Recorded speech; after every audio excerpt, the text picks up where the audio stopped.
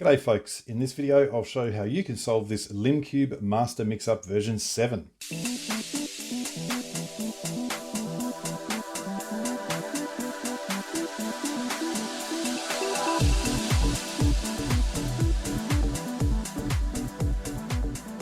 And LimCube put out versions 1 to 7 of these puzzles and then released version 0 afterwards, so there's really 8 of them. These stickerless puzzles were from a later run, and so that's what I have. I've got to tell you, there's no issues with stickers falling off. I'm going to be taking you through how to scramble this puzzle, as well as the bandaging that's on it. So on this version 7, we have all the centers are 2x2 blocks. If you think about these little things as 1x1, well, that's a 2x2 block there. There are no 2x2 blocks anywhere else. All the inner edges, so these sort of horizontal wide pieces there, they're the inner edges, they are all 2x1 blocks. They are all pointing horizontally if you look at a face. And this is the difference with the version 6, is they are pointing vertically. So 2x1 blocks for the inner edges, and all the outer edges, so these little parts on the very edge here, and the wings, so these small parts next to the center, they are all 1x1 blocks. As usual, there are orbits of pieces. So this is a 30-degree cube. So we turn it like that, and you can see that the inner edge pieces there replace that center piece. So the inner edges and the centers share an orbit. And in the same way, you can see that the outer edge here have now gone into the wing position. And these wings over here are now in the outer edge positions. So this one is a pretty difficult cube because the centers are all 2x2 blocks. And so when we are solving it, we need to find a way to get them out of the way. And I said solving it, and I also mean scrambling. This is a really tricky one to scramble. And I'll absolutely be taking you through the whole scramble. And with this puzzle, because of its structure, what we're going to do is end up reducing it to a mix-up ultimate. The other name for that is a super mix-up, or a 30-degree super mix-up. And it happens to be the exact same as the version 0 of these master mix-ups. So there's 3 different puzzles that have been released which are the same thing. We're going to reduce this thing to that puzzle. So let's get scrambling. The first thing to do is that when we're scrambling, we've got to think about how do we separate these middle layers here. At the moment, there's no possible way because of these large blocks. So what I decided to do was to get the large blocks onto an edge. So I want 2 large 2x2 centers onto an edge, and I don't really care how that happens. For example, I'll do that. There's a couple now that I can move across to there, and those 2 now function, they're sitting on the same edge. That's good. I want to find another 2 like that. So I've got a yellow here. What I might do is just turn this one around, bring this green up next to there, just turn it across, and that now creates another edge with 2 center pieces on it. So the orange, blue, the green, yellow, the red, white are the last ones. So just to make this really simple, I'm going to put that down. I'll put them on the side here. So what I'm trying to do is be able to move this red piece across in the middle layer and then find the other one. Where was the other one? Not the green, the white. Yeah. So I can now just move that white up to there, and that will create me a 3rd piece. So when you look at it now, there's a big edge here which has the red, white, one that has the blue, orange, and one that has the green, yellow. I haven't even really begun to scramble yet, but this is what's required initially. And I would generally just put them on the same layer. And for scrambling, I want to now use this middle layer to do it. In order to scramble, the first thing I've got to do is be able to orient these so they're all horizontal. So for example, this one here, I want to turn it, doesn't matter which way, the face anti-clockwise or clockwise. What I generally would do is go, well, I'll turn it like this. Now that has correctly oriented that there. What you'll notice is it's put a couple of pieces or wings, or not wings, big edges that were down here up onto this layer. And you may look at that and go, well, I don't need to do anything more with that, that's done. However, just recall that there are still other pieces sitting here. So what I would do would be to turn it like that, and then I want to bring the two big edges that are now on the top back to the middle layer. And how I'd do that would be to put this one with a down, down, up, up, and this one here with an up, up, down, down. And this sort of thing will be happening a lot. And it's pretty unavoidable because, as I say, we need to get everything turnable. So that's been dealt with. I'll move that one over. You may have noticed that I turned this face up like that and then brought it straight back down. So what I generally do is avoid those two moves and just pretend I've done an up and then pretend I've done a down, down, up, up. So 3 moves there, and then the 4 over here. And I'll just keep looking around. There's 1. In fact, there's 3 sitting here at the moment. So again, I'll do that and then bring the other one up.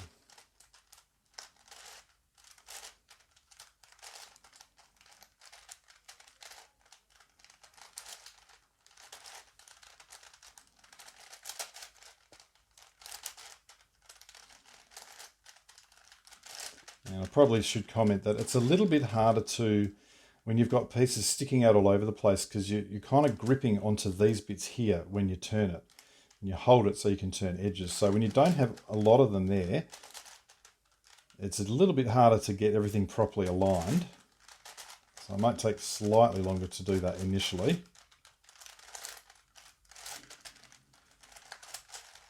Okay. Now you look, I can see now that that middle layer is separable and I can start scrambling it. And I probably could do that, and maybe I will, but you'll notice that this one here looks like it needs to be twisted. That looks good. They have the edges, so that's fine. That one's fine. That's good, that's good. This one looks like it needs to be twisted as well. So I would generally look at any up here that need to be twisted and bring them down. So bring them down with a down, down, up, up. That's that one. And the other one was this one. So I'll bring this one down as well. Just replace something that was in the middle. And I'm going to rotate these ones before I start scrambling properly. And the reason for that is that once I know that everything is rotated, I'm not going to have to stop midstream and fix one of these things.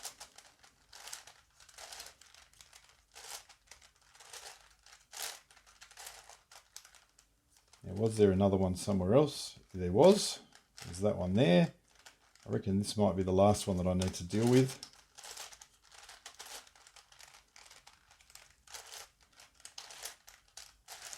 Now, what you'll hopefully have noticed is that a lot of times I do the twist, I end up putting one of these big edges down the bottom. And clearly that, or in the middle, it can't stay there because if I want to be separating stuff, I can't have a 2x2 block sitting there. So now that everything's ready to go, what I would do is just start trying to create big edges that are completely scrambled. Now that's looking pretty good, but it's not completely scrambled because you can see the white parts there. So I would generally go, I'll do something and then turn it around, do something else, turn that, maybe turn it back that way, and just do this for a little bit. Now that I've got the freedom to be able to separate that middle layer, which was really what I was doing all the preamble for, is to get that done. And I'm just doing 180s here, so every time I do a 180, it ensures that the stuff up the top remains up the top. I'll do that one, maybe this one here. Bring that yellow wing across. You can see that obviously anytime I have something like this, I'm trying to separate that outer edge from its inner edge there, so that's a logical thing to do. And that's okay because it's put a wing next to it, but it definitely doesn't belong there. And that wing also doesn't belong next to that inner edge. And even if I thought it did, well, I'd go, okay, well, let's see if I move it, what happens? I can happily do something like that. Keep moving along. I might separate this green one. And after a few of these turns, what I will do is check and just see, do I have any big edges which are completely ready to go? They are scrambled. And that one there is nothing on that big edge. Oh, I lie. There's that yellow there. So I could, what's happened here? That just needed to be aligned. I could just bring that piece across, scramble it like that, and then turn it back. And that will ensure that big edge is completely ready to go. Now, once that's done, I want to bring another one down in its place. So just a down, down, up, up. Like so. So I've stored this one up here. That's the sort of thing I'm trying to do. Do I have any more that are ready to go? Nearly. And nearly. So let's just see if I can make one here. I reckon that one looks pretty good. Yep, there's nothing there that belongs next to each other. So that big edge is fine. I'll put this one in its place. And this one over here is looking pretty good as well, I think. And so I will see, is there anything else? There's nothing up the, oh, yes there is, there's that one there. So, whoops, just replace that. So I've got a few more down the bottom or in the middle now that I can start moving around and scrambling as I was before. Now I've got, by the look of it, one more that I must get down there. So I'll just check if there's any ready to go. This one is pretty close, so let's see if we can create that last big edge. I reckon that's done it.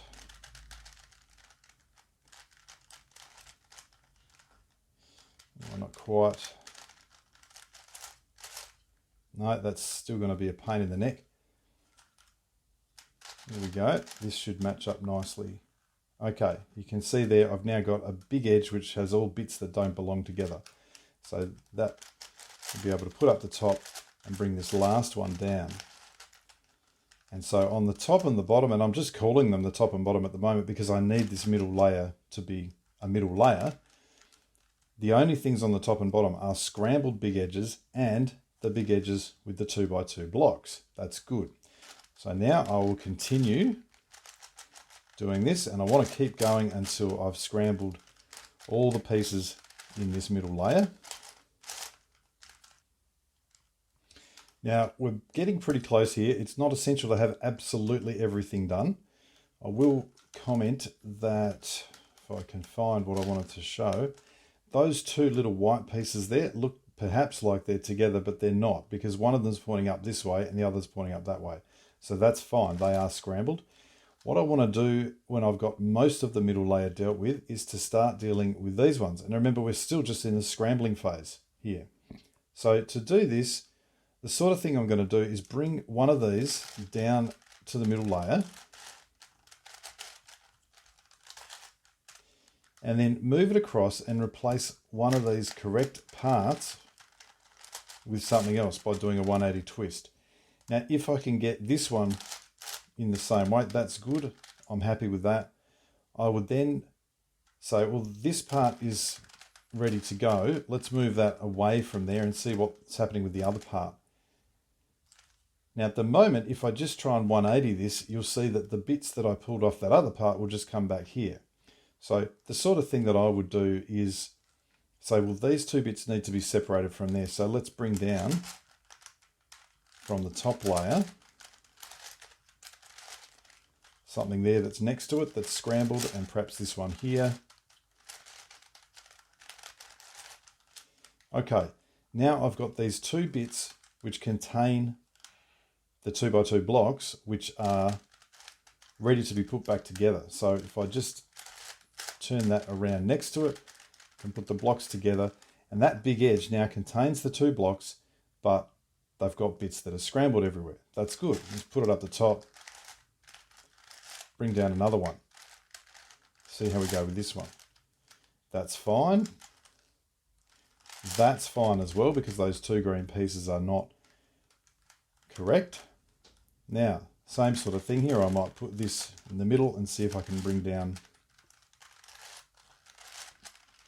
a couple of scrambled parts.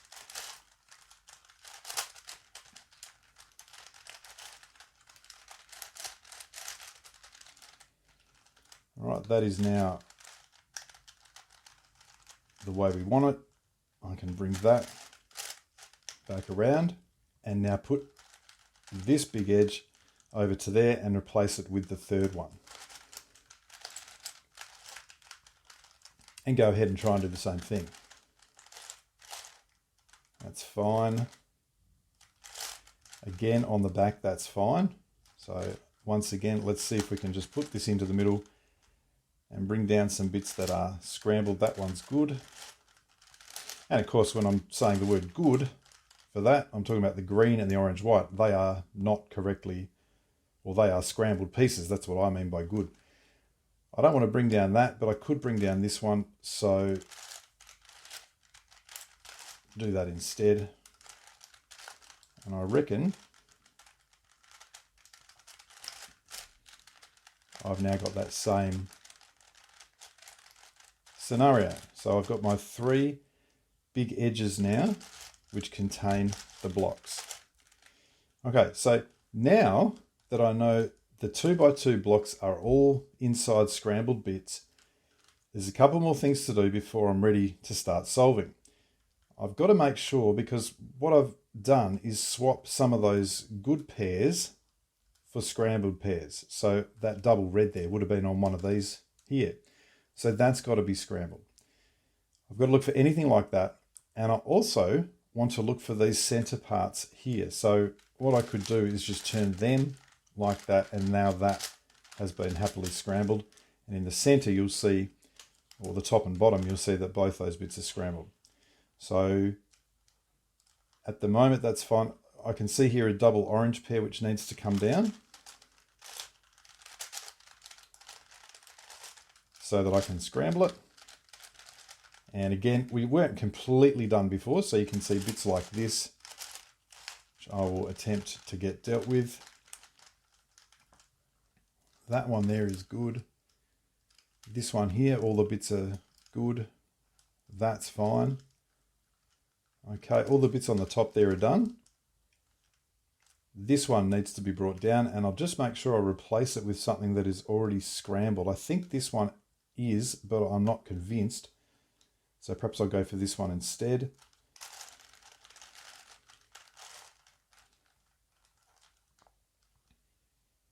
Now, I don't know, did I just put...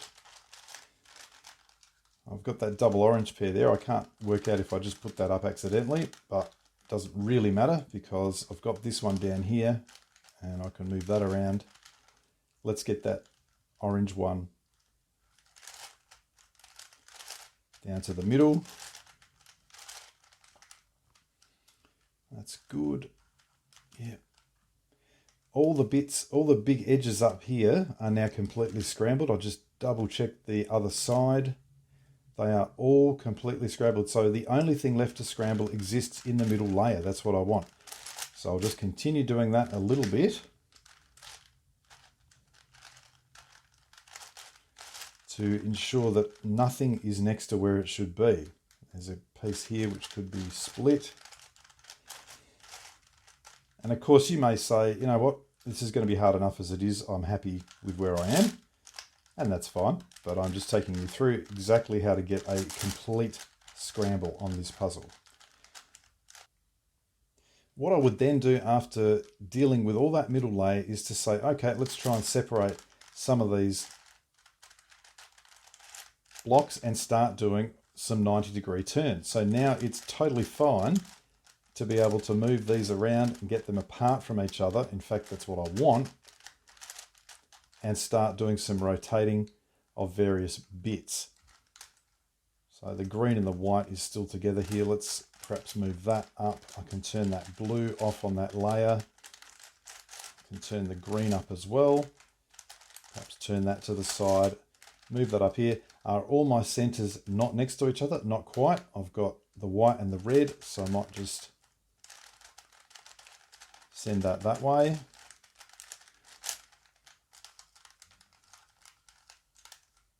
The blue and the red are separated. The white's here, the orange is here, the green is here, and there's the yellow. Okay, they all look separate. So now it's just time to start doing some 90-degree turns. And obviously there is no middle layer anymore. You couldn't find it if you tried. And that is why it is so important to properly scramble the middle layer before you start doing this. Because once you start doing this, there's nothing that you can separate there. So I'll just do a few of these turns until I'm happy with that overall scramble. You can see that is looking really nicely scrambled there. Okay, so the solve method here is going to be to reduce this to a mix-up ultimate. And you might say, well, hang on, those aren't scrambled. Well, yeah, they can be. I'll just do that. I'm going to reduce it to a mix-up ultimate. And that's the same puzzle as the super mix-up. And it's also the same puzzle as the LimCube Master Mixup version 0. So the same puzzle being put out 3 different ways. And the plan is, if we think about a mix-up ultimate, this is the 𝘼𝘽𝙊𝙐𝙏 version of this. And you can see on this puzzle that it has the centers and the inner edges are effectively 2x2 blocks. And the outer edges and the wings are effectively 2x1 blocks. So that's what we want to get here. We want to have the centers and the inner edges as 2x2 blocks. Well, the centers are already 2x2 blocks. The inner edges are not. So they need to be made into the same as that.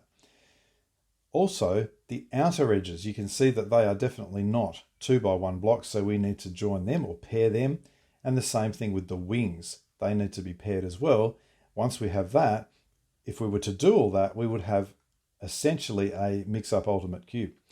Now, it would not be essential to get, let's say, the entire block here to be the correct block. So for example, I'm going to advise, in fact, if you're following this method, I'm going to be doing, let's say that I have, this is orange, green. I would then get orange, green, and I would have all of this orange and all of this green. So the entire big edge there would be a correctly reduced orange, green edge. The reason that I'm going to say we need to do that, well, there are 2 reasons. The first is that we need to solve the first 8 and the last 4 edges differently, as you'll see, with a different method. If I do this for the first 8 edges, it makes the solving of the last 4 possible. If I don't, what I end up is going around in circles and I just get in this infinite loop of changing colors and it never quite seems to work. The second reason is that if we have everything properly reduced, when we come to that reduced mix-up ultimate, it means it can be really quick to get the puzzle solved at the end. So if that doesn't quite make sense, all I can say is just trust me on this solve method, and I'm going to now start doing it. So the first step with the solve is to get the 2x2 blocks out of the way. Now the very, very first thing that I like to do is to just sort of deal with 4 of these blocks and not 6. I'm going to put the white and yellow center in place. So I'm going to say that has now become my white center and I'm happy with that. Now I'm going to put the yellow center up here. Now I can't just turn that yellow center there. What I'll need to do is turn it off to the side and turn its position down. Did I turn it 1 or 2? I think I turned it 2 there. And the reason for that is the white is now just below as well. So when I turn that yellow back and put the yellow into the center, the white goes there as well. So I've got the white and yellow center are there and they're in. A huge reason also for doing that is that now defines my middle layer. And remember, I had to use this middle layer to scramble. Well, I'm going to have to use it the entire way through for the solve. If I don't have a middle layer, there's no way that I can get all this stuff back together. So I've got the white and yellow center. I'd now like to create blocks with the other 4 2x2 blocks on it. So what I would do there is I'd say I'd put a blue, I'll put that one there, and I'll try and get another.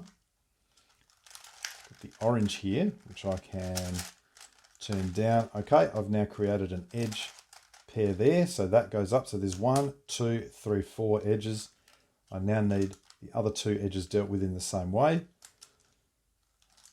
So here's a red one, and I can just initially turn this red one down to the middle layer and again put it in the center position. Now let's see, sometimes you can do this and you can kind of muck up what you've done, but I haven't so far, which is good. So that red one is there. Where is the final center? Is it this green one? It is. And so I'll just put the green next to it. And that way they can be turned off. There's another edge. So if I put that up to the top here, 1, 2, 3, 4, 5, 6. There's my 2x2 blocks, and they're kind of now stored out of the way. Why do I want that to happen? Well, I now want to be able to turn this middle layer and to separate the parts. And to do that, guess what I've got to do? I've got to orient the middle layer. And this takes time, but it is essential, and you kind of only have to do it now. You won't have to do it over and over. So the way to orient is the same as the way we did it when we were scrambling. In case you didn't look at the scrambling part, that part needs to be horizontal. So what I would do would be to say, well, I'll turn that face to make it horizontal. However, I want to put the edges back. I always want to do that. So now I'm just going to do it down, down, up. And then over here, I'll put this one back to there with an up, a line. What's not aligned? There, down. And I just want to turn these things around and continue doing the same thing there until all these vertical bits are horizontal. And again, I turned an upturn and then did a downturn of that front face. So I just normally ignore those two and just do down, up, which you can see correctly orients that. You can also see it's brought this sort of thing into here, and that's why we want to put this other edge back into the middle layer. I suppose another reason is that other edge may have bits that need to be oriented. And we just keep doing this, and you'll notice as you do it that perhaps other pieces start appearing where they weren't there before. They may have come from some of the edges in the top layer. It doesn't matter. You won't be doing them. You won't be doing them more than once, and you will eventually get every single one of them.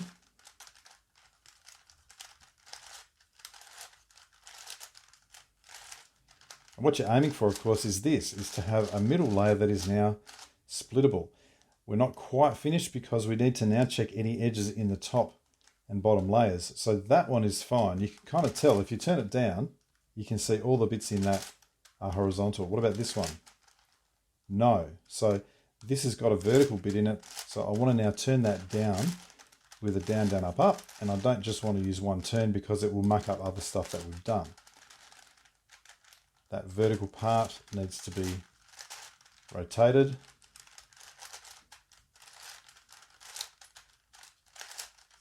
That's splittable again now. That's fine. That's fine. Let's have a look at the other side. There's one that needs dealing with. That's fine, and that's another one that needs dealing with. So I'll bring these two down, which was the other one, this one over here.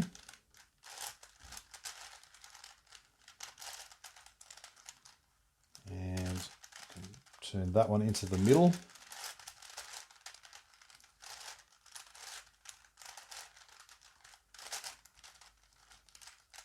And this one over here also needs doing.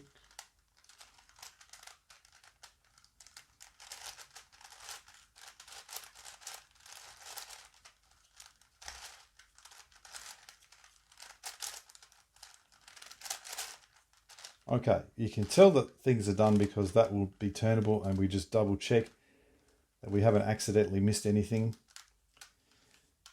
Doesn't look like we have. And what that means is now every time that I turn an edge from the top to the middle, it's going to continue to allow this middle layer to be separable and joinable. That's really important. So the next stage of this solve is to start building these big edges. So The way that I want to do it first is to build the big edges around a set of centers, a set of 2x2 blocks. So it's similar to the way that we're going to do it for the rest of them, but just subtle difference here, and you'll see soon. What I want to do is find any two outer edges that match. So I would just look in this middle layer, and straight away I can see green, red, and green, red. They're on the same level, so what I might do is just turn them around so I can bring them together.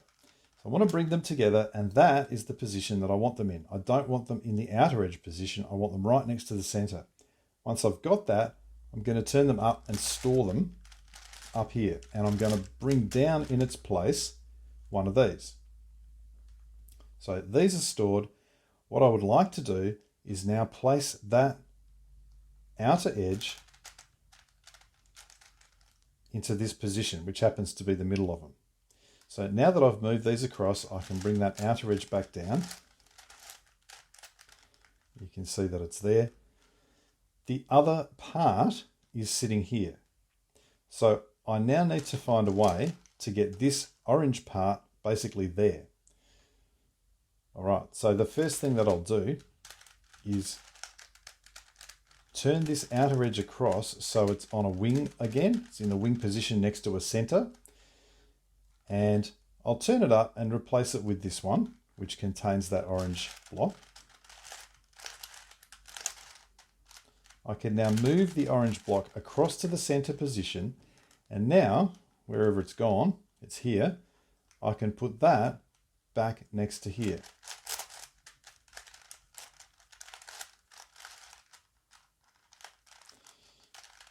Now when I move it across to the edge, you'll see that I have a paired set, and I have to stress it doesn't matter what color your paired set is, it can be anything. And next to it, I have two centers.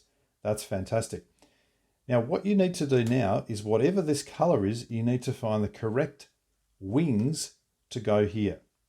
So this is a red-green. So I need to find a pair of red edges and a pair of green edges and put them there.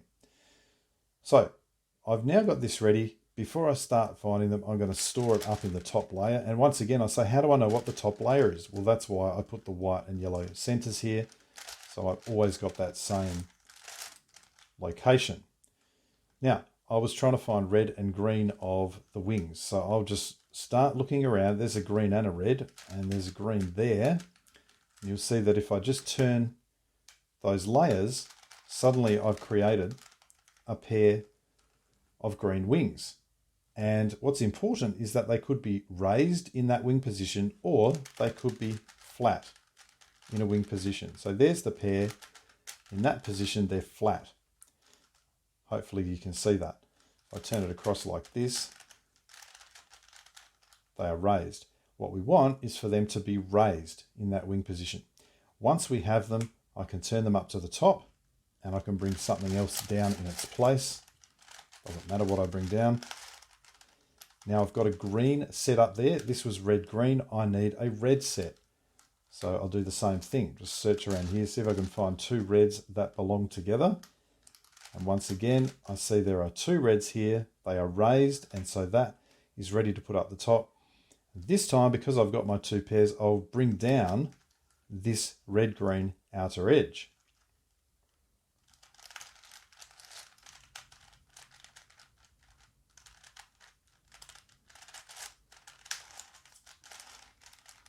So I now have my outer edge ready to have the wings attached. So notice here that I've got the red next to the center. Over here, I want those red wings. So I locate them, they're up here somewhere. I put them just above where they belong and do it down, down, up, up. And now I can do the same thing, just turn that across.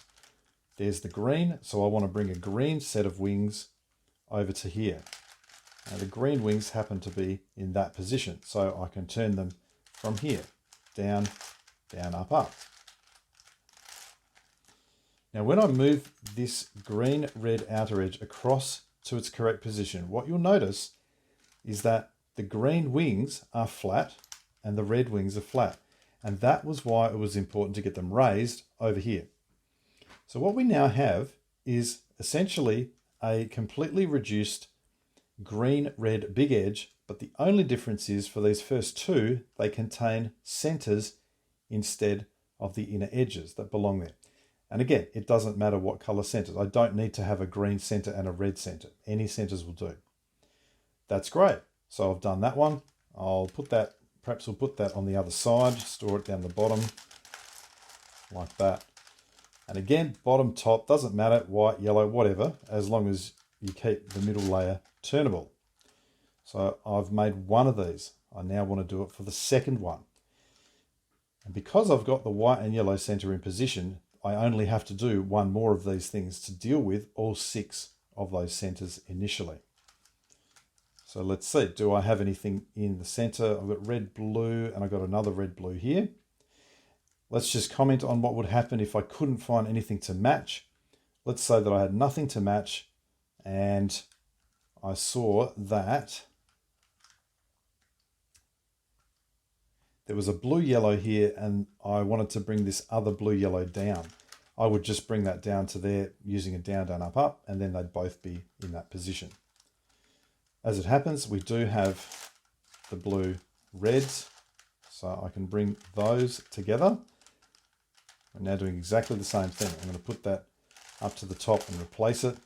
You'll notice that this has now come up to the top. It doesn't really matter. I can turn it back to the bottom if I want. Okay, so we've got red, blue. At this point, we just want to put the other set of centers in the place. So where are those other centers? There they are. So let's put them into the middle layer. And we'll turn one of them across to the center position so I can now put my outer edge pair separating them. Okay, that's good.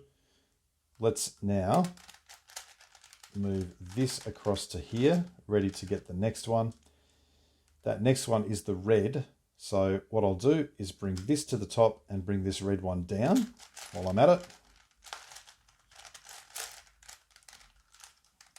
Now that red one goes into the center and this can now come down next to it. And so that's the all-important part of just putting your correct outer edge pair between the two centers. Now we move that across into its correct position. We note that it's blue-red. Okay, so let's just store this up the top. Let's go ahead and make a blue pair and a red pair of wings. Move these blues around. No, that doesn't look good. What about this one? That there is looking good. You can see that I've got a blue pair, but they're flat. So I turn them across and now they're raised. Excellent. So I'll store them up the top. Go find a red pair. And again, it may not be possible to make a red pair. I've got 2 reds there, but they don't match. Don't know how well you can see that, but they're pointing in opposite directions, so that's no good. And I don't reckon there's any other reds available here. There's not. So that just tells me I've got to find a red from somewhere else. I don't want to take it from here because that's got the blue pair. That doesn't have any reds. There's a couple of reds here, so that's a good one to bring down.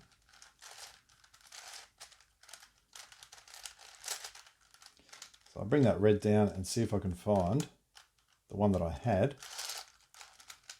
Can we create a match? That looks good.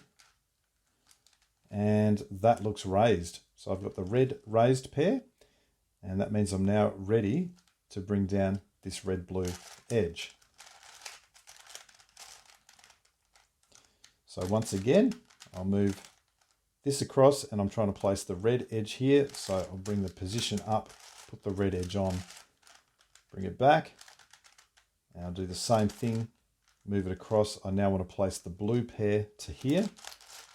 So bring it up, turn the blue pair around, put it on. When I move that across, that is my second reduced big edge. And if I just put it up with this one on this layer, you can see that there's the white center, and up here I've got 1, 2, 3, 4, 5. So that's taking care of all of those centers at the moment. Now, how many have I reduced? 1, 2. In order to get all 8 done, I now have 6 more to do. I'm going to do those 6 in almost the same way with one slight variation, which I'll show. And so what I'll do is I'll do the first 2 of these and then I'll do the 6th one because that can be a little bit trickier. So first thing is we start in the same way and just make an outer edge pair of whatever we can find. Not sure that there's anything here that can be matched. Yellow, red, white, orange. Was there another one of them? I don't think there was. So I don't think I've got anything here. So I would just say, well, there's a white, orange here, and I might as well bring that white, orange down to this layer. And I can bring it across. Now I've got the white, oranges there, so I'll store them in the top. Now, here's the difference. Instead of putting a center, because I have no centers left, I'm now going to put inner edges. And you'll notice here that I happen to have put the white next to the center position. So I want to make the white inner edges first. It's very simple, and it's just a matter of doing the same thing that we did before. We want to match white edges. You can see that those two don't match very clearly. Those two do. I want to put them into the center position. Once they are in the center position and they are pointing in a certain direction, they'll either be pointing this way or this way. Notice that they will not be pointing up or down because we oriented everything properly at the beginning. So they happen to be pointing upwards to the right, and that tells me that's where I want this to come down and place next to it. So I can just do a down, down, up, up. And notice that the direction that I had them pointing means when I bring this down, it correctly matches. I would then move this across, which is just what I did when I was doing the centers, store it up the top, and go ahead and make an orange pair. There's an orange pair. It's pointing this way, sitting there, so down, down, up, up. And once again, I now move that to its correct position and store that. So that is really the only difference with the first 2, is that instead of putting centers there, I'm putting inner edges. Now this happens to be orange-white, so I want to make an orange set of wings and a white set of wings. Let's see if I can do that. That looks like a correct pair of orange wings. It is, so I'll store that up the top. I'll also try and make a white set of wings. Yep, store that up the top, and because it's the second pair, I will replace this one. Bring this down to the bottom, or to the middle, because it needs to be here. Okay, now before we move this across and we put an orange set of wings there and there was a center in there, now there is a set of inner edges.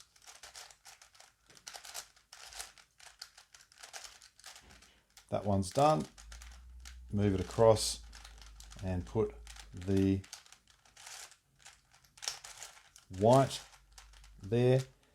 And when I turn that into its correct position, you will see that is our first true proper reduced big edge. It is ready to go. Now I already had that one and that one done with the centers, so I might store it on the same face. So I've now got 1, 2, 3, and as you can tell, it's pretty easy with the first few because you've got lots of room to play with. It's really only the last one that you've got to do something very slightly different. But as I said, I'll do the first 2. Here comes the second one. This is going to be orange-blue. So I put the orange up there, and the orange is next to the center, so I need to make an orange pair. There's my orange pair. Put the orange next to it, turn it across, and store. Now make a blue pair. There's my blue pair. If you're wondering, is it normally this quick? Yes, it is. Blue inner edges are attached. I just now need to go and put some wings on it. So we store it up there. It's blue-orange, so I need a blue set of wings and an orange set of wings. Those oranges don't match. Looks like there's an orange up the top there. Again, they don't match. So that may be it for my oranges. Let's try the blues, see if there's something with the blues. Yes, I've got the blues. So that's a blue pair there. And what I might try and do is replace this with an edge that has an orange piece to help me get the correct orange pair. Okay, so let's see if that does help me. It does, that's fantastic. Okay, so that's my raised orange wings. I can now go and store that up here and replace it with this one.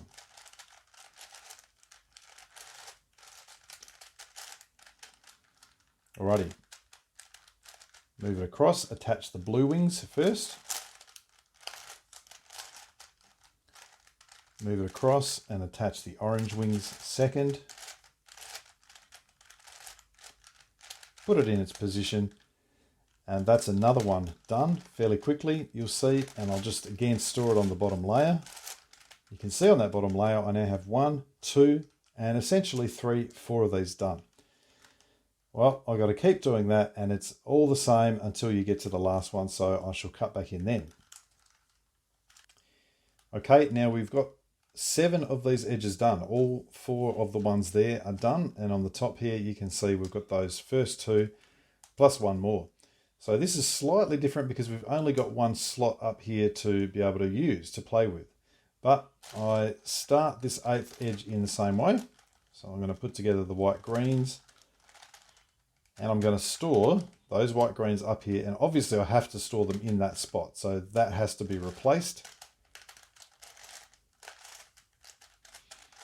I'm then going to do the same thing that I did, just to say the white is next to the center, so I want to go and make some white inner edges. There they are.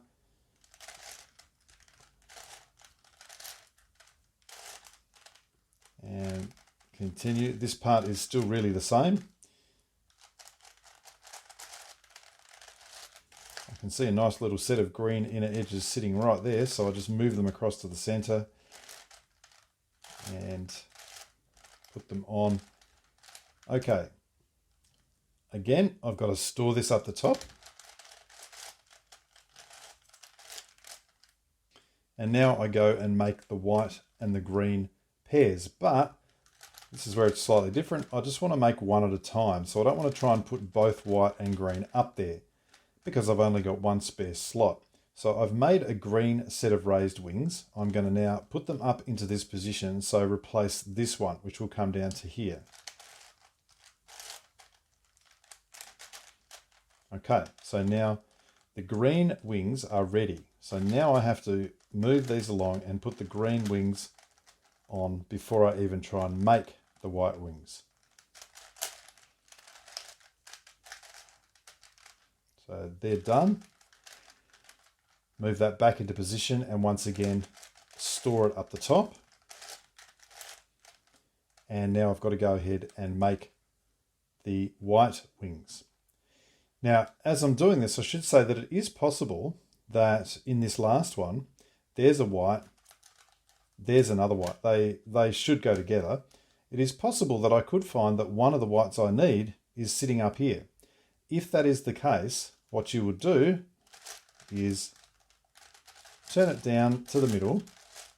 Let's say that red was the white one that you needed. You would simply turn that off, move that up and store it, and then turn this back just to release that white wing from this position. For us, it's not an issue, so I'll just put this back and we'll go ahead and make that white pair. Here we go. That's the pair that's raised. So I'll now go and put this one down the bottom.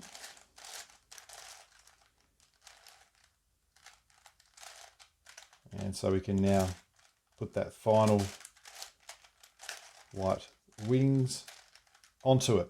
So really not that much different, just you can't do both of the wings at once. Now when we've done that, you'll see that all 4 on here are done and all 4 on here are done. Now quite clearly we cannot continue in the same way because we have no spare we have no spare slots up the top or the bottom. So for the last 4, we've got to deal with these in a quite different manner. It's still fairly straightforward, but it's just different. So what I'm going to do first is to get all 8 of these edges into the outer edge position. And I'm going to use the standard techniques that I would normally do for something like this. That first thing is just try and place some there and see if I can get a few. I can get a couple there, one there. This, I reckon what I can do here is get this to this position. And you know what? Don't worry about it. I'm just going to use the normal techniques that I would do here. So I've got one set of edges there. I would then go and see what's the easiest way to make another one. In fact, I might even do that. So I've noticed that one's here in a middle edge or an outer edge position, one's over here in an outer edge position.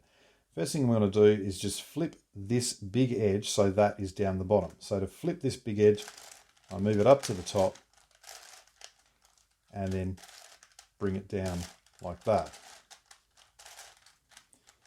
So the entire thing has flipped around. Now what I'd now like to do is just to turn this bottom part across to there and then flip this big edge to put that up to the top.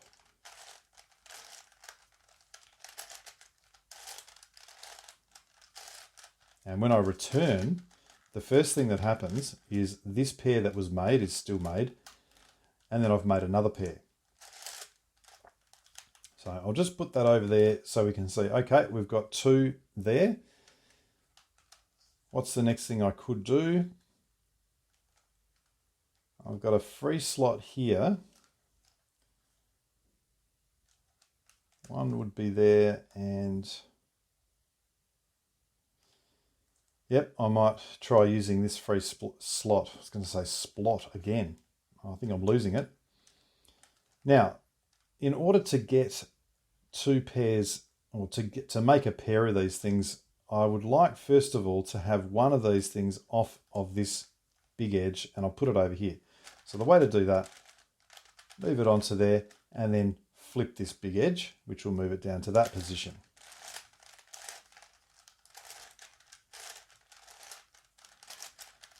Of course, I moved the top layer, so I better move it back, which will ensure that what I've done remains done. Okay, let's have a look. I've got that one sitting there. Okay, and I've also got this one over here. So what I'm going to do is pair this one and this one. And the way to do it is to turn this bottom layer across and to use this one here to push out this other one. So you have to ignore this piece at the moment. I'm not interested in doing anything with that. So I'm going to turn the bottom layer only across like that. It pushes out this one. I'm going to now flip this edge, which will bring it up to that position.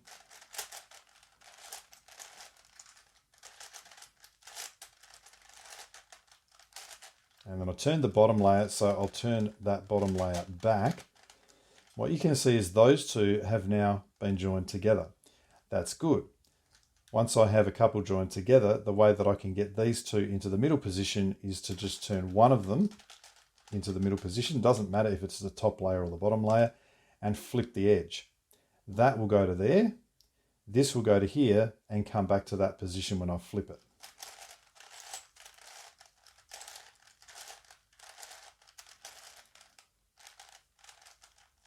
Like so. Now that one, that red one was there. It's been flipped to there. That's fine. So what have I got now? 1, 2, 3. Let's have a look. I've got the 4th red, white over there, and it happens to be the other red, white here. So initially, what I would do would be to say, well, this is a spare slot. I'd like to get that red, white over to there into this slot. So to do that, I want to have it over this position first. So it just involves flipping this big edge. So now it's over this side. I am then going to just turn that bottom layer and again flip the big edge. This is really, this technique of getting these together is just doing a whole bunch of flipping big edges with appropriate turns. Now I turned the bottom layer, so I'll just turn that bottom layer back and I can see I've got this one here. I now need to get this one over to that position so that these two are lined up. How do I get it to that position? Well, I can't just flip this big edge because it'll go to there. What I really need to do is to have this piece in that position so I can push it to here and flip it, if that makes sense. So to get this piece to that position, what I'll need to do is move it across to here and then flip the big edge. However, at the moment, if I move this across to here, this other one is going to come into the picture. Now, that's not terrible. It's just that I don't want it to in order for this to happen. Because if it does, when it flips, this one will come down to here. I'll have two on the same thing. I don't really want that. So before I turn that top layer, I'm going to move this out of the way and I can just turn it across to the back there. So now when I turn that top layer, all I've got sitting here is a wing, not another outer edge. Okay, so I've turned it to here. I'm going to flip this big edge to put it down to the lower position.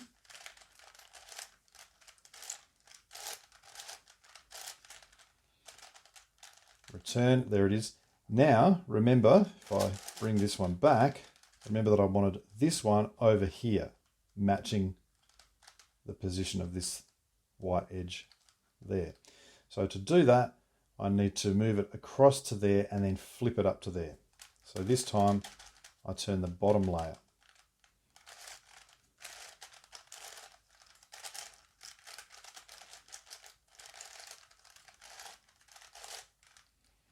I've turned the bottom layer. I better turn the bottom layer back. There we go. Good. And now I've got these two in corresponding positions. And so I do the same thing that I did before. I use this one to push this one out of the way and then flip the edge.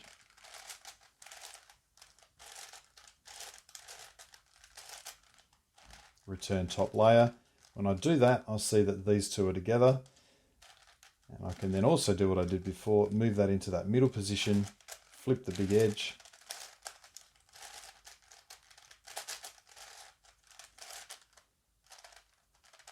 Return, and I have all of these in those positions. That's what I want. Now, it just so happens that I have made two correct pairs. That is irrelevant. It doesn't matter if I do that or not. I'm not trying to, and if I do, whatever.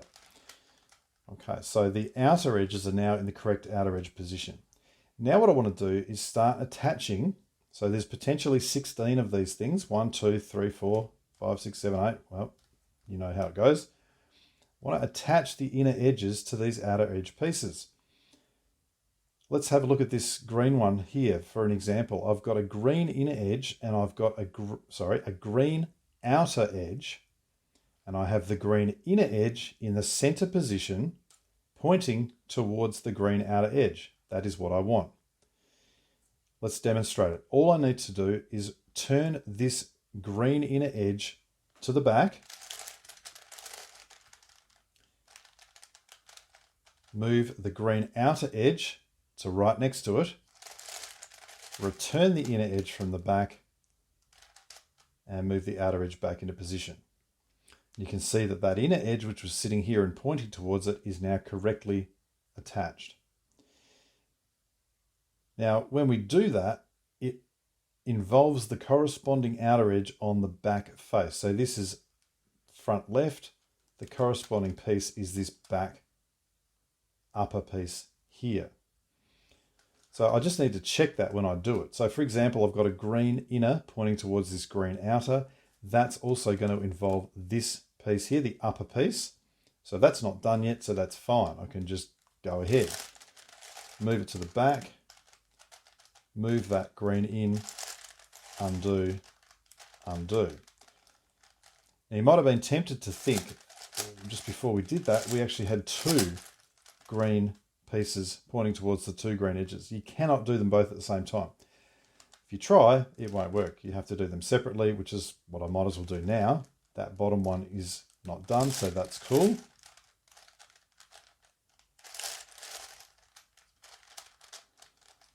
And this becomes fairly quick as you get going because it's fairly easy to see what needs to happen. And you're not looking to place these pieces so much, you're looking to fill these ones because there's going to be some of these left over. So an example here, I've got a white one. I would like to rotate this around so it's pointing to that white one there. So all I can do is turn it off, rotate the front face and bring it back. Now that is pointing correctly. It's ready. I just need to check the corresponding position on the back. That's fine.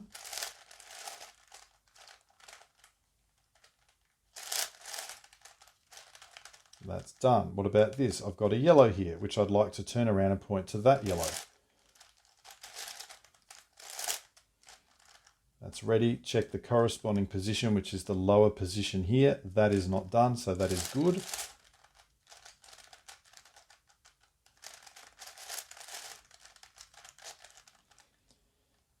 What else? I've got an orange. I've got the same thing. The orange could be going to that one. I just basically stay on the same face and do what I can until I run out of things to do on this face. That's ready now, and the corresponding position is there. Well, this is already done, so I don't want to mess with that. So there's a couple of options. One option, let's see if I can do, one option is this. I would like to move that part up to there. Well, that's just a matter of flipping this whole big edge. So bring it up to the top and then move it down. And now when I look at this orange going to here, I'll check the corresponding position and that is not done. So that's a good one.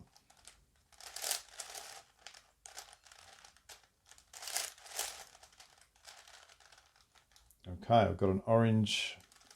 Are there any oranges on the back? No. I'll turn to the back. There's a red one going here. That's good.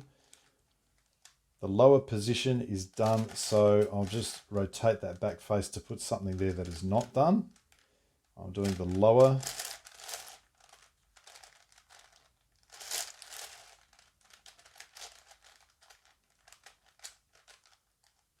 Okay, I'll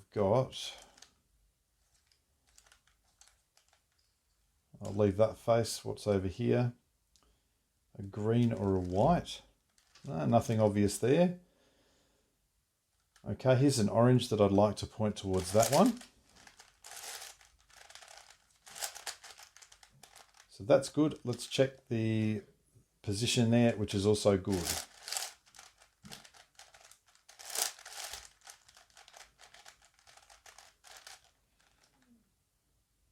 Nothing obvious here. No. Nope. And not really. So now I just sort of start looking and see what else I've got. I'll look firstly to bits on the back. That doesn't really help. Yellows. No. No, nothing super obvious that's standing out. So what I would next do is consider whether I can just turn an upper face like that to get a yellow, and I'll do that, and that yellow is now ready to go to this one here. I can just rotate it so that it's now ready. Let's check the back. That's not done, so we're good to go.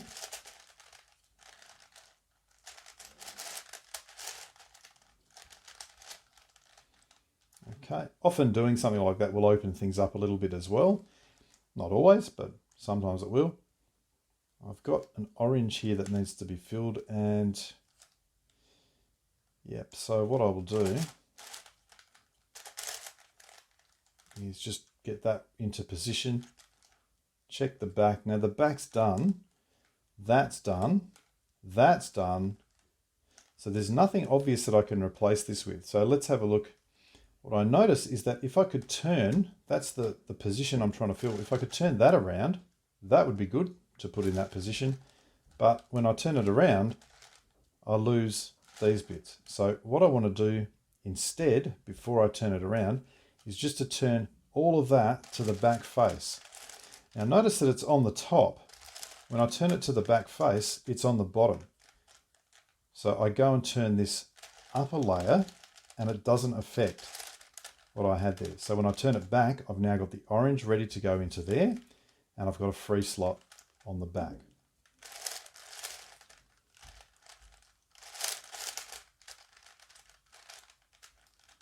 Okay, here's a yellow with a yellow, so we'll get that set up. Check the back, that's not done, so that's all good. Now we started with 16, let's see what we've got. They're done, done, done. So it's 8 at least. 1, 2, 3 here. I've only got 4 to go. So even though it looks like there's a lot of these pieces, I'm really only worried about the outer edges being filled. Okay, let's have a look at this green one.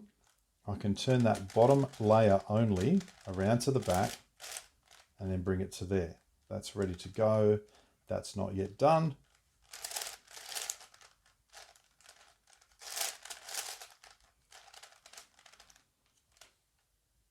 I've got a white here. No, where's the white one? There's no whites available yet, so let's have a look what else I've got. Orange. With the orange, what I could potentially do,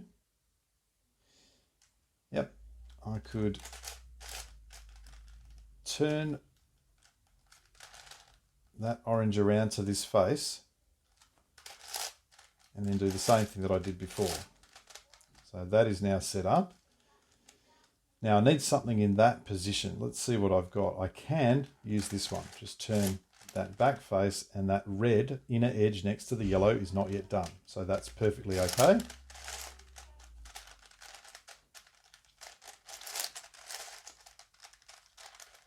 All right, what have I got left? They're all done.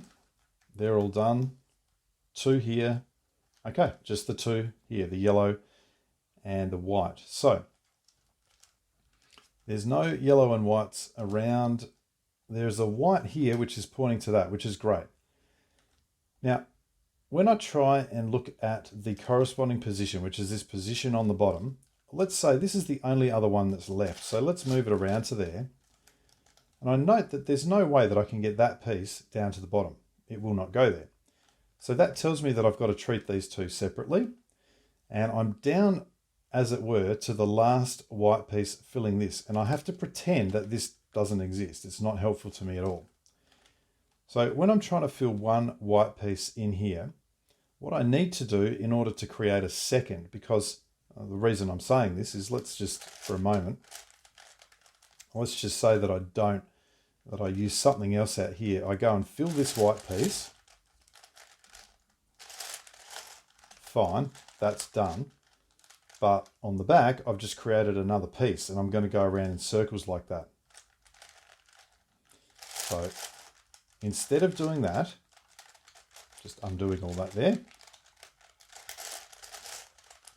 Instead of doing that, what I want to do is put another white piece in that position on the back. Now, it may be possible to find one here, and it may not.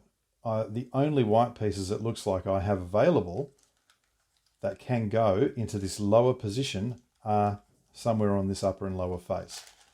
So there's a white piece. I'm just going to borrow that for a minute, put it down into that position, and now I'm going to use that to help me. So to create the second, instead of moving this one to the back, I just push it out and bring it back.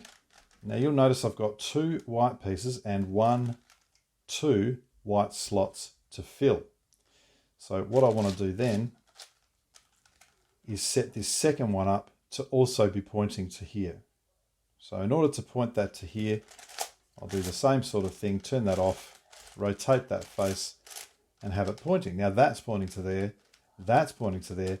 Now I am ready to carry out the exact same thing that I've been doing.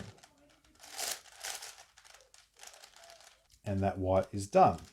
Now, the white on the back, it was a white orange, and you'll notice it's separated from its other piece. So if I want, and it's probably a good idea, I'll just put that back and replace it with these ones. In fact, I should say it's not just a good idea, it's probably essential because I still need to do stuff with these. So that was the white. Now I've got the same sort of thing with the yellow. Where is the yellow? Okay, so we'll rotate that. So I've got a yellow here. I need to get a yellow in that position. Do I have one available? I don't think I do, because the only other one was that one. Ah, that's possible, is it? Yes. Okay, so I've turned that around and I can just flip that big edge. Okay, so now I've got the yellow in the bottom position there. So again, to create the second one, I'll just push that off, bring it back. Now there's two yellows, so I'll turn that around to the back position. I want that pointing to there. That is now ready to go. And our final one.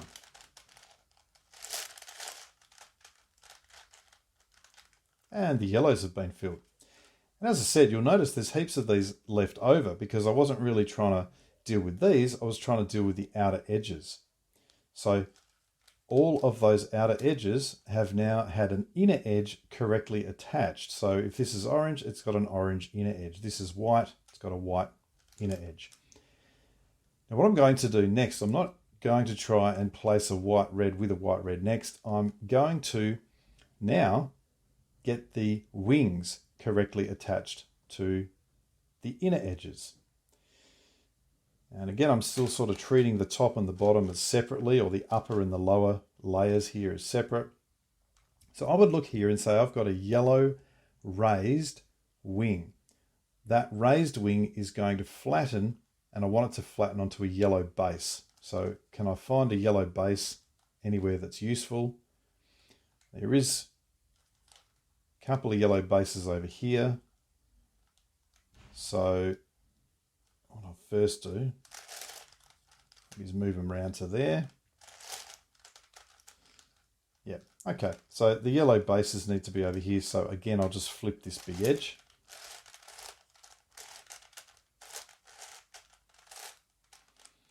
So this is a little bit annoying, this raised stuff here for the vision, but stay with me.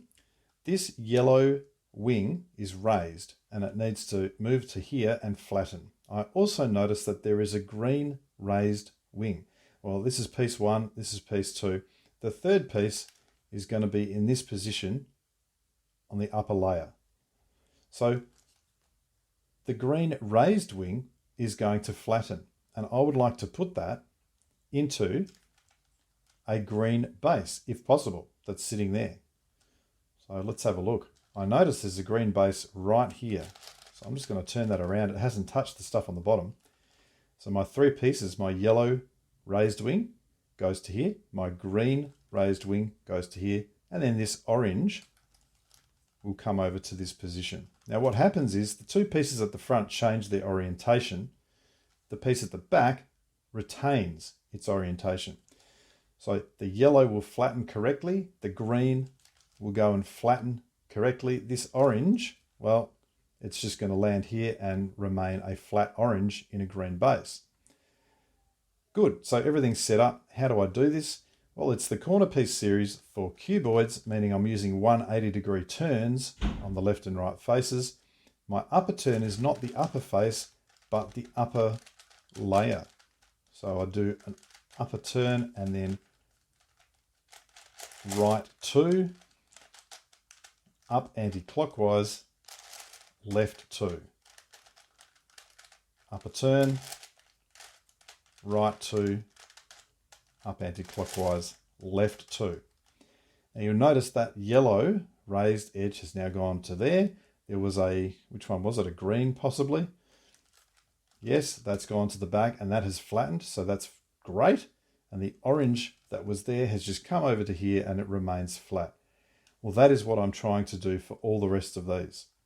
So I will do one more and then cut back in with some later ones. But here I've got an orange. I'm looking for an orange base.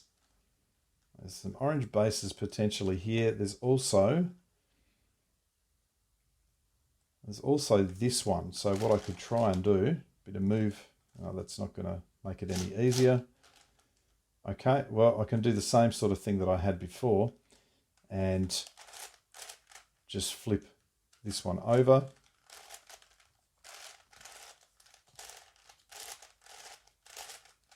So I've got the orange raised going to this orange base. This is also an orange raised. Now, I need an orange base. There's an orange base. What I would really like is if there was a flat yellow piece sitting inside that orange base to come to here. Well, that's ideal. So I'm going to move that to the back. So this is going to correctly place. This orange one here is going to correctly place. And the yellow, the flat piece, will come and place here correctly. So I'm going to get 3 done. That's ideal. Can't ask for better than that.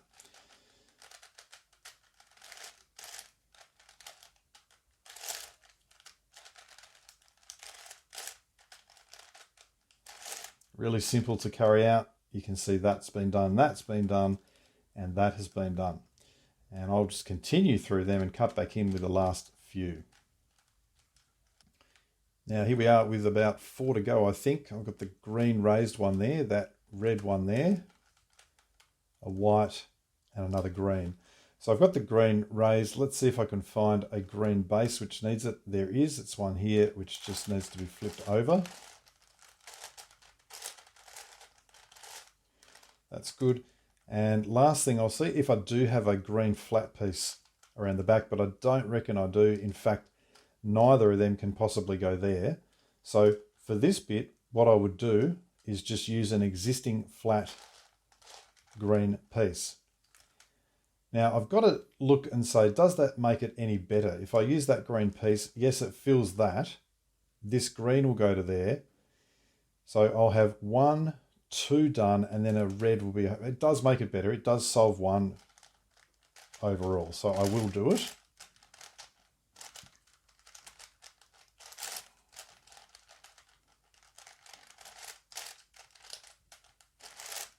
Okay, so that one's done. Let's have a look over here.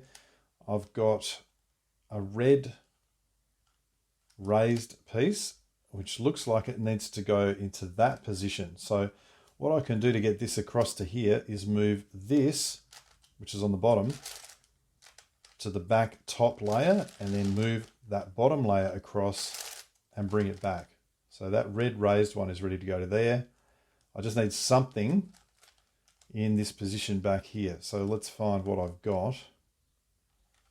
I've got that green piece. Is that the only other one?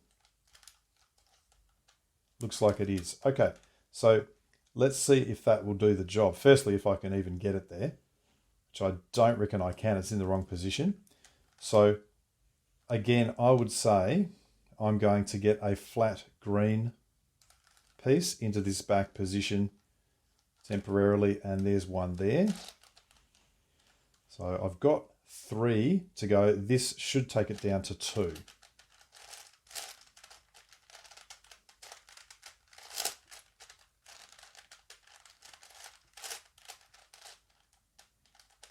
And that one's done. Let's have a look. The white, the green. Yep, looking good. Okay, first thing, let's do that same trick. Let's get both of those onto the same layer.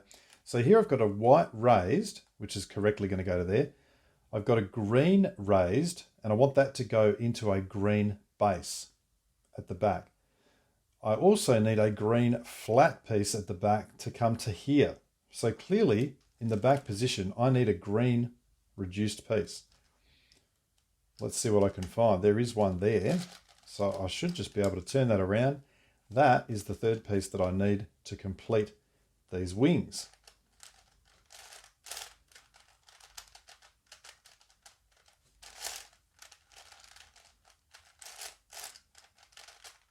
And they're all done. I didn't do the last turn. I suppose I should do the last one there. We look around and all of those wings are now correctly attached. So what we have here is a set of sort of upper and lower pieces, which are portions of these big edges that we're trying to reduce. Now, before we put these together, we now want to treat this a little bit like a 4x4, and I want to deal with the centers first. So you can see that I haven't really done much else with these centers at the moment. First thing is I've got some blues. I've only got one set of blues, so let's get the blue centers together. It is as simple as grabbing that one, pushing out the other one, turning the face, and returning it. And you should recognize that as basically 4x4 center type techniques. I've now got red, green, and red, red. Well, these aren't a pair yet. Let's have a look at the, I suppose the greens would make sense to do next. I'm not trying to position these centers anywhere, just to make them. And lastly, the reds. Now, I can never tell when I get this situation whether I should be turning that to there or not. So what I'm just going to do is try it. And it worked. And if that hadn't worked, I would have turned it 180 and done it. So you'll notice here that what I have got in the center positions are actually inner edges. All the centers are elsewhere. So it's as if at the moment they're behaving as though they're centers, and that's what I want, because I need these to be correct so that I can eventually put them in here and replace these centers with these parts. Well, before I do that, I want to check these inner edges and see what I've got. I've got orange, yellow, orange, green, orange, yellow, orange, green, and green, yellow. So this is now just like a 4x4 edge pairing, and I would just choose one of these to come out. Which one? Yep, probably this middle one. I'll just put it up to the top. And the orange green, I'm going to turn it to here. Now you'll notice straight away that I've accidentally put this down. There's no way I can turn that middle layer, so I need to just replace it with anything else that makes that middle layer turnable. That thing is fine. Now we're good. The green orange is going to come over to here. Now I'm going to replace that one with this piece up here, and I note that there is a yellow green on the bottom. So first thing, let's make the pair. Now I've got to make sure that there is a yellow green on the top. There we go. So when I turn these centers back, that will correctly make that final pair. And of course all the centers come back to where they should be. Well, where we are now is essentially kind of a reduced master mix-up. And if we had not done all this and got all the edges, there would be a lot more work to do here, because to get to a reduced master mix-up, in actuality, all we need is for these pieces to be matched and these pieces to be matched and those to be matched. We don't necessarily need all of that. However, we've done it. We don't want to waste that good work. And it is going to make this solve quite a bit quicker now. So we're not going to have to do an entire master mix-up 0 or ultimate solve, which is what I initially thought when I first did it. I thought, you've got to be kidding me. This is long enough as it is. So what do I do now? Well, because we're doing a master mix-up 0 or a mix-up ultimate, the first thing we need to check for is a single flipped edge. And I have to be honest, I didn't think it was possible to get a single flipped edge on this puzzle, having reduced it to the Mix-Up Ultimate. And the reason for that is as follows. On the puzzle that we've reduced it to, you can see here there is a single flipped edge, this orange-green at the front. All the other edges are in position and correctly oriented. That one's not. Well, when we do the fix for this, it involves flipping this, and it also flips one of these wings. So in other words, it'll flip this wing at the back here, and that wing is currently raised. If we do the fix, that'll become flat. And so my thinking was, well, here's the problem on the puzzle we have. If I was to flip this outer edge, what would also happen is that I would flip, say, the little white wings in there as well, as a 2x1 pair.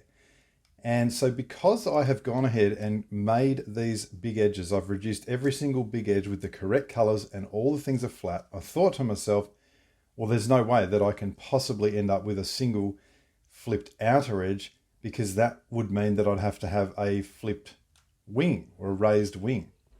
However, I changed my mind when I got a single flipped outer edge. And I started thinking about what was going on. And here's the difference. Yes, I can flip that. And yes, that will become raised.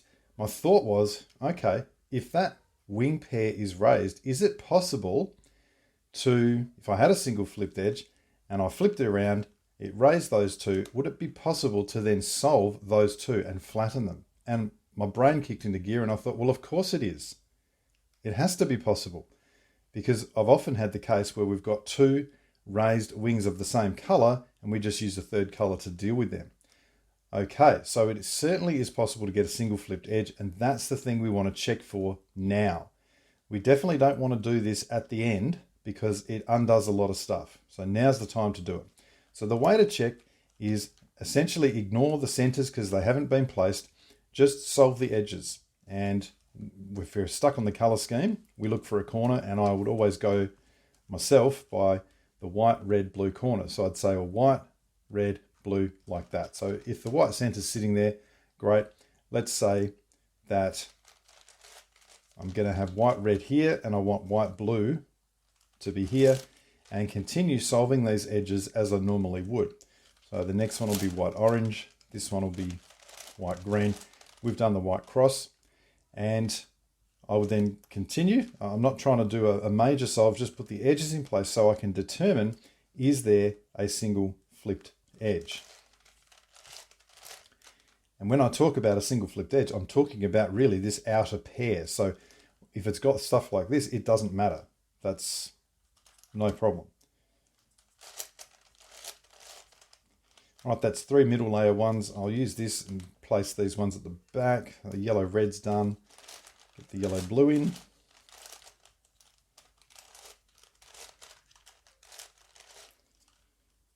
Yellow, well, that's in position. They've got a swap, so we'll swap them. Let me just do it and actually think about what I'm doing here. I've turned that face, so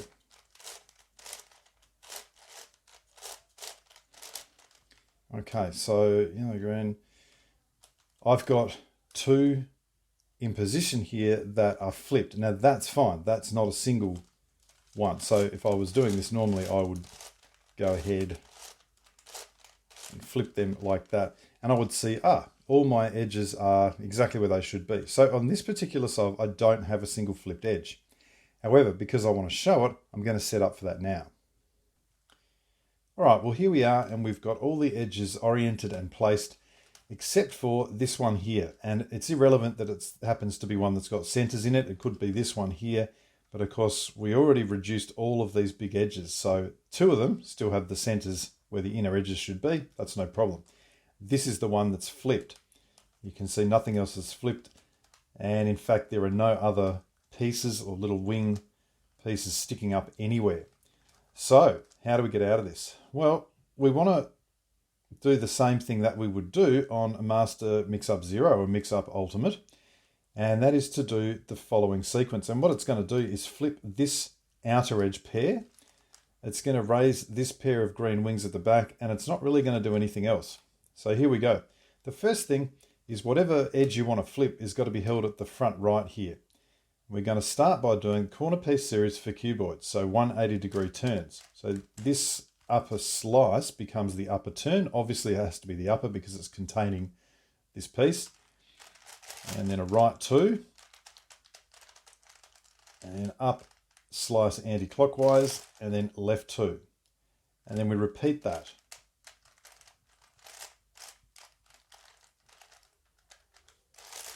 Now, once that's done, you'll see that that edge in question is at the back there. And in order to flip it, what I ended up doing was turning the back face anti-clockwise, turning this upper slice 30 degrees, and turning the back face anti-clockwise again. Now this edge has essentially been, if you like, flipped. It's changed its color scheme. So it used to have red, blue. Now it's blue, red. So what I need to do now is put it back into the appropriate edge. But this time I'm going to use a corner piece series for cuboids, doing an upper turn anti-clockwise to begin with. So the mirror of what I did initially. So I do that turn first, then a left 2, up slice, and a right 2. And then I repeat that.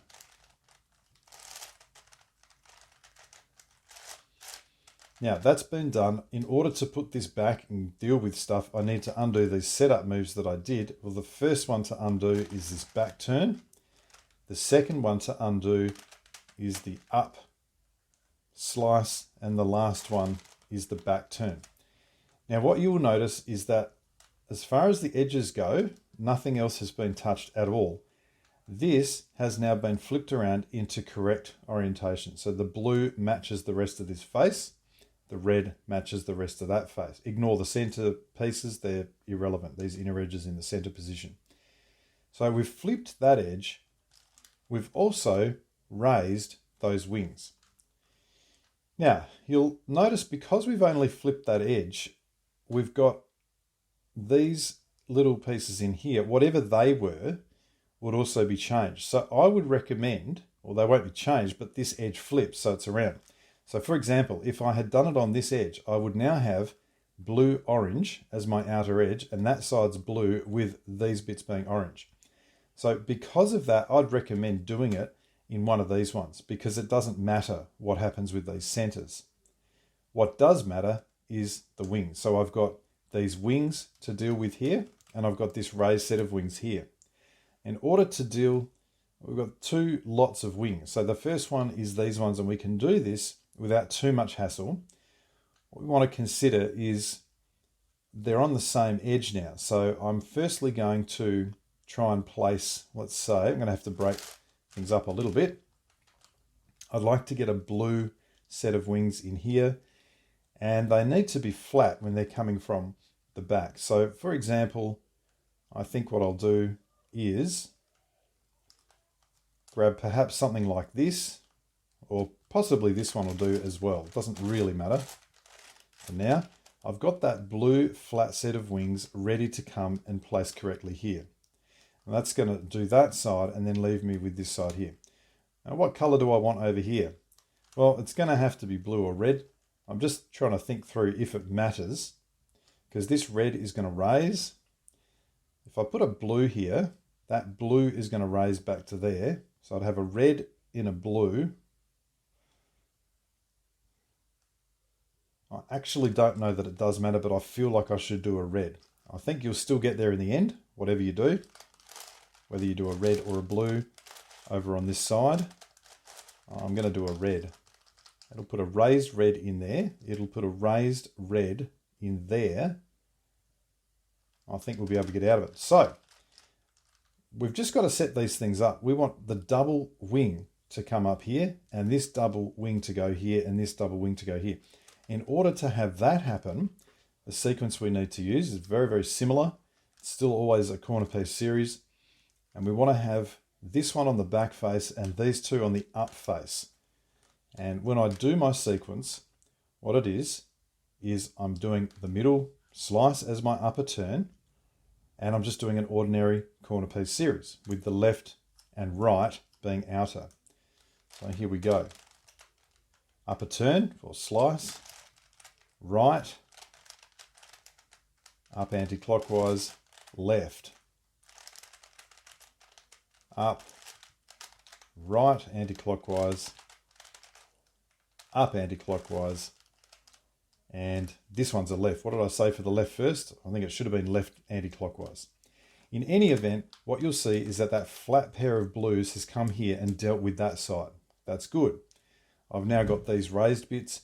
I'm just going to turn this around, basically rotate it.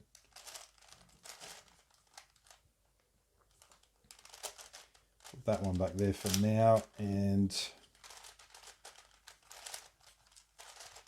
put this back into position and see if this is a good position for things to be in. I've got a blue flat that wants to come here. So no, it's not. I need to basically swap these 2. So it's just a matter of setting up things so that you have the pieces now coming where we want. So the blue flat is going to slide up here correctly. This red raised will go across to here and flatten, which is what we want. And this red raised will go back to here and flatten, which is also what we want. As I say, I think it would work just fine with blue, but I've used red. So I've got the 3 sets positioned in the correct place, and I now carry out the same sequence.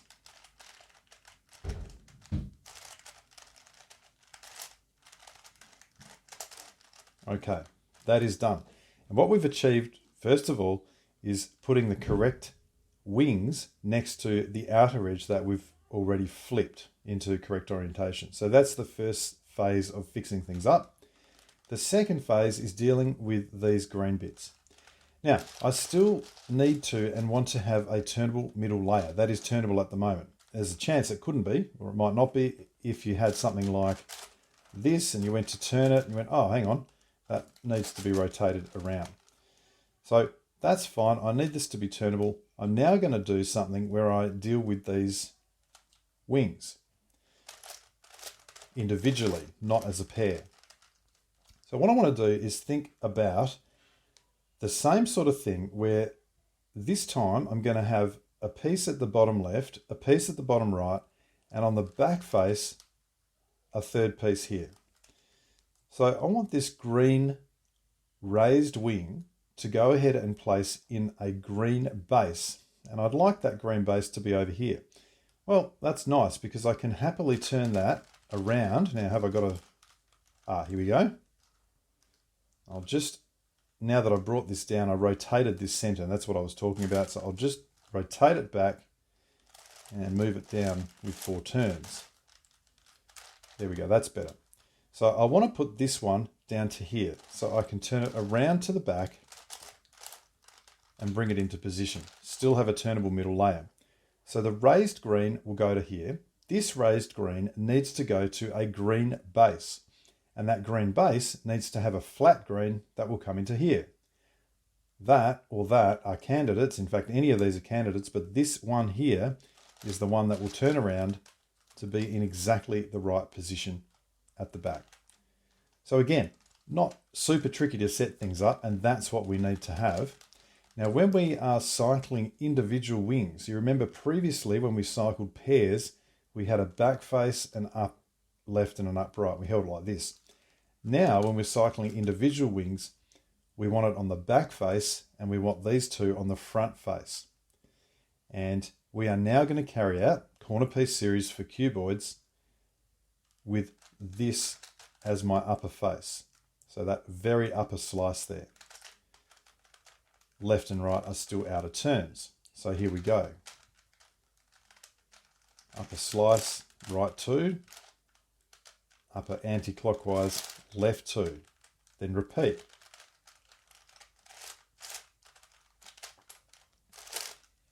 Now, what you'll see is that is flat, that is flat, that is flat. Brilliant. We now have no more raised wings. Now, at this point, we're kind of back to where we were not too long ago, where we had some centers dealt with and we were just pairing the edges. So if we can, we would consider, well, can I turn this back and pair them? No, probably it's just because we've done setups, it becomes a little bit tricky. So what I've found is the easiest thing. I noticed that the green, white and green, orange are together.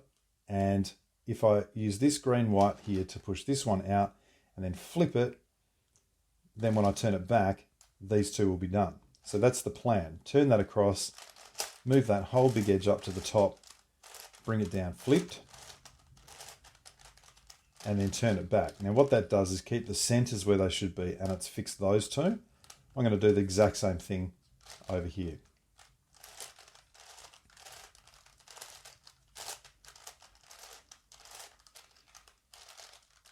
And you'll see that when that is done, all these inner edges in the center position have been properly returned, and all the big edges are now correct as well.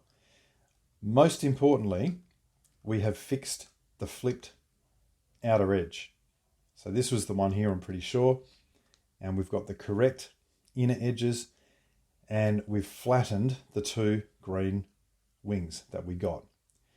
So there is absolutely no need now to go and resolve the edges to check that that has been fixed. It has been fixed. What we would do now is continue with the solve, and for me that means dealing with these inner edges that are in the center position. In other words, putting them where they belong. So anytime I have a center position here like that, I'm going to say, right, there's a blue, or here's a red, this is even better.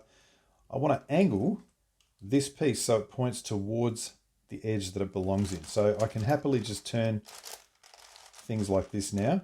That is now pointing upwards towards that edge. Now, the sequence we're going to use here is, you'll never guess, it's a corner piece series. It cycles this piece to this piece to this piece. So all I care about is getting this inner edge pair into that position. Don't really care what's going on here. As long as that's going there, I'm happy. So, how do I do this? That is on the back face, that is on the up, that is on the upright position. I have this set up ready. I'm holding the puzzle like this. I'm going to do a corner piece series, just with 90-degree turns of my left and right. But instead of turning my left face, I'll be turning my left slice, like that. So that will be substituting for the left turn. So here we go. Upper face turn, which is, of course, is the slice. Right, up anti-clockwise, and now left slice.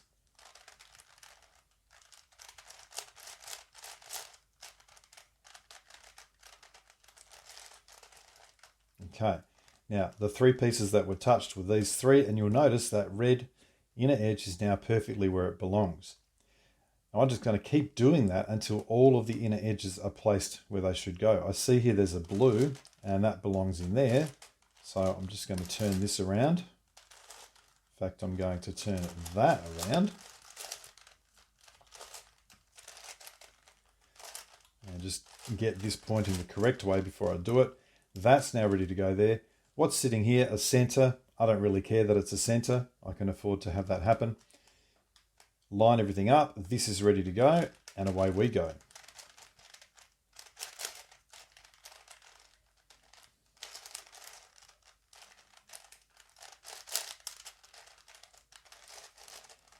That one's in. What's next?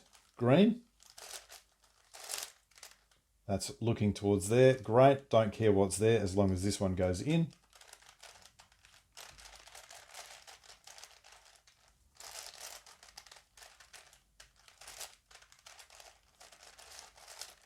That's done, and there's only one more to do, which is this red, and it must go in the only remaining position here. So that is now done. I've got a center here, which I can use as my third piece.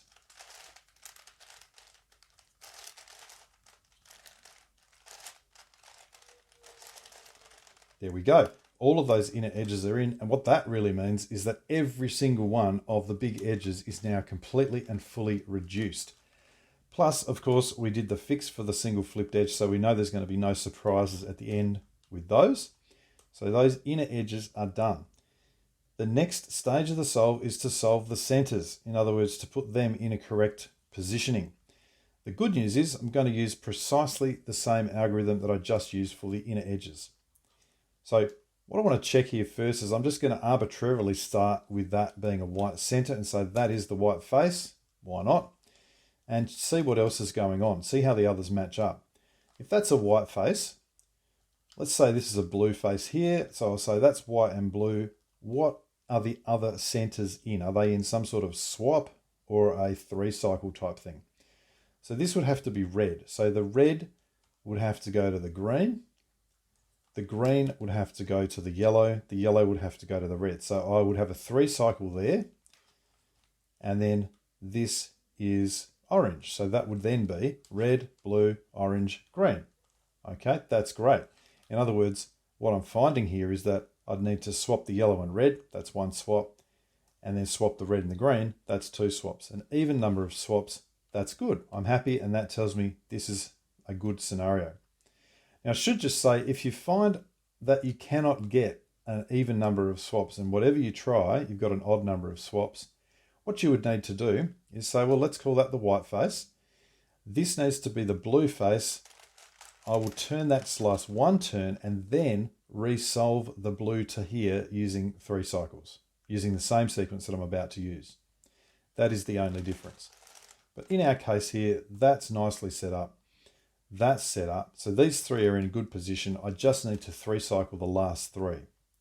Okay, so I know that the yellow has to go down to this bottom face. That's the top. The yellow's got to go there. So if you think about the sequence I just used, it did have a piece at the back and a piece at the up, if you remember that. So one piece there, one piece here. The third piece was here. So if the yellow's going there, the only thing I really need to set up is to get that green center into that position. So as a setup, all I need to do is remove the red from there. So I'll do one turn upwards like that. And then bring this green center across. So that happens to be 2 turns. And then return the red center. So if you ignore all the stuff that's sticking up, I've now got the yellow going to the red, going to the green. Those three will cycle as I want them to cycle. I said it was the same sequence. It is. So it's that turn first, then a right, and that turn, and then the slice.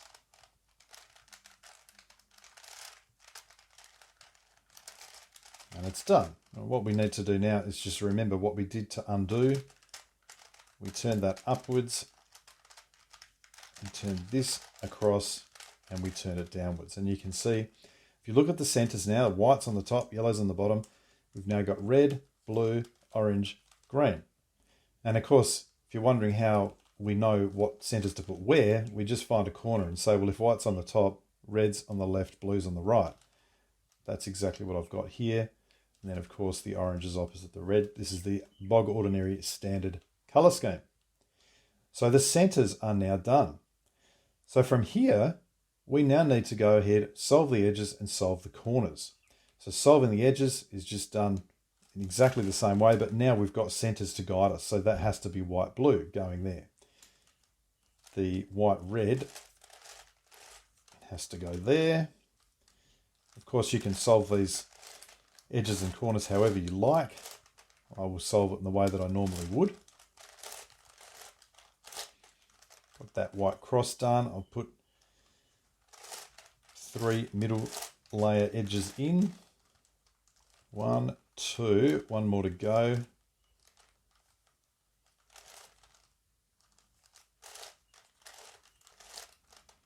And now we've got a 4th one. I need a yellow blue at the back and a yellow red there.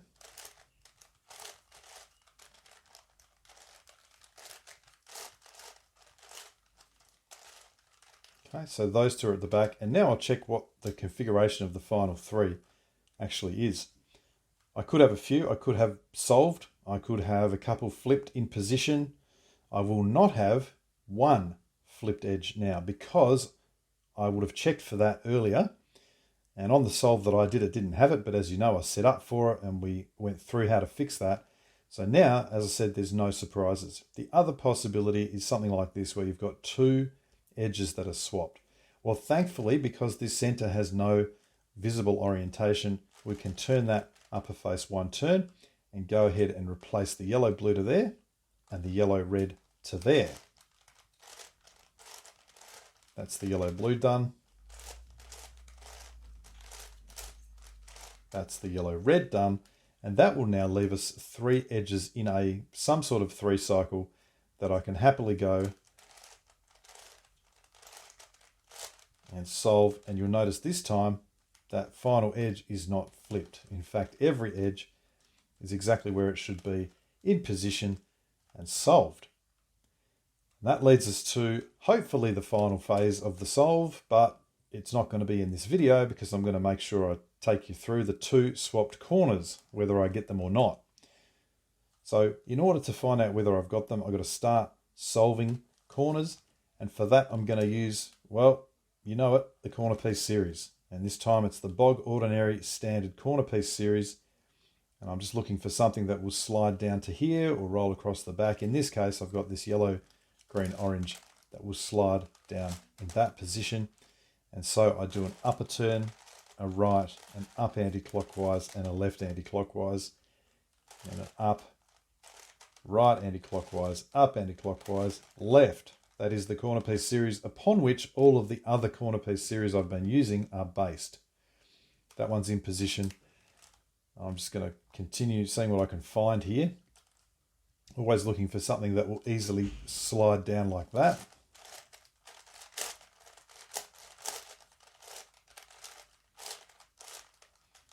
If I can't find that, I'll find something that will hopefully go across a corner.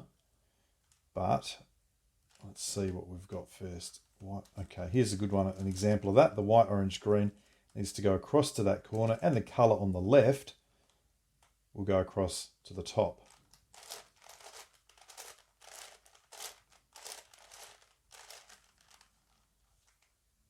Blue, yellow, red will roll across the back.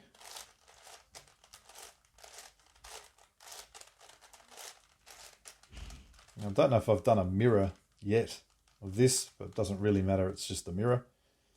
Blue, white, red can go across to there. So I'll just set that up and roll it across the back like that. This is the mirror now.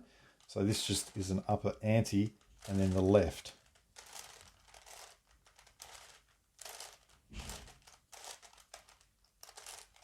And return that setup move. We should be close enough to see what we've got now. Blue, white, orange has to go there. Blue, yellow, orange has to go there. Yellow, green, red has to go there. Okay, so I do have a 3 cycle of corners here. I do not have the swap. But, of course, I'm going to take you through what to do if you do get a swap. And so I need to set up for that now.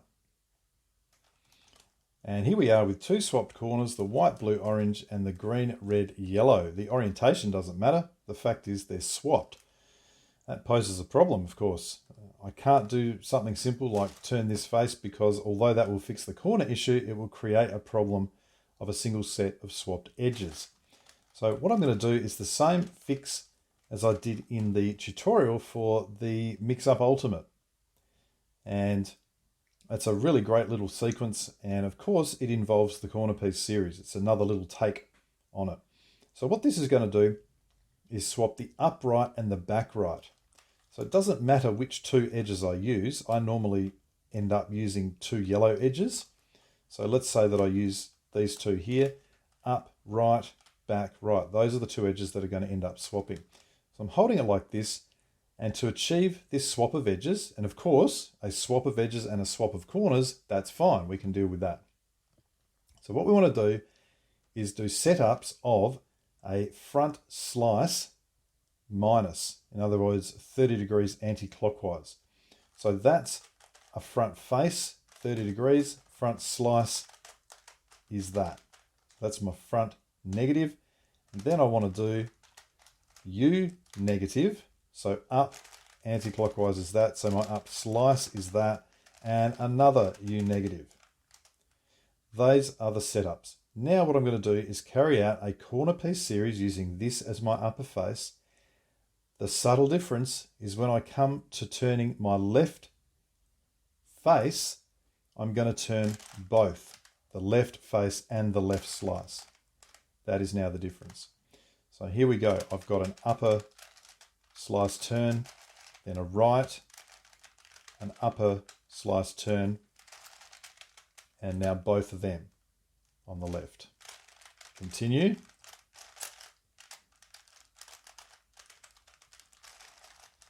Okay, that's one of them. What I want to do now is undo one of those U minuses by doing a U plus. In other words, a 30-degree upper slice turn. And now I'm going to repeat that exact same corner piece series. Up slice, right, up slice, and now my left. Up slice, right, up slice, and left. And we are nearly all done. You will remember that I started with an F minus, U minus, U minus.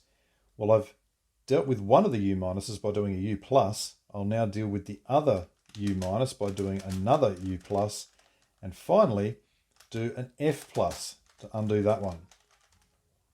You'll see that none of the corners have been touched. However, those 2 edges have been swapped. And yep, that is a beautiful thing. And if you want to read more, find out more about how I came across that, please have a look at that video that I've linked to, the Mixup Ultimate tutorial. So what we've got now is two edges on this top face, and how would I deal with that normally? I would turn the yellow face one turn and resolve.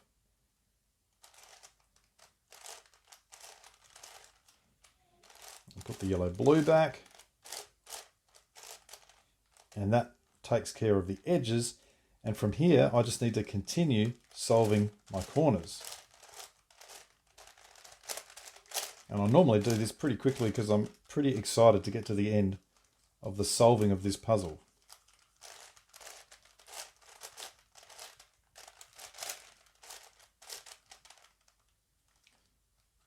Okay, we've got looks like a last 3 cycle here. The orange, that's going to go to there. Yeah, that is the setup I need to now have that go correctly across to there.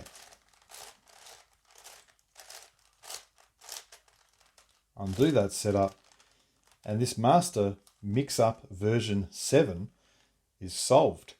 And that does feel like a pretty good thing, because this is a very difficult puzzle. I hope that has helped, and I hope the method makes a lot of sense. As always, thanks for watching.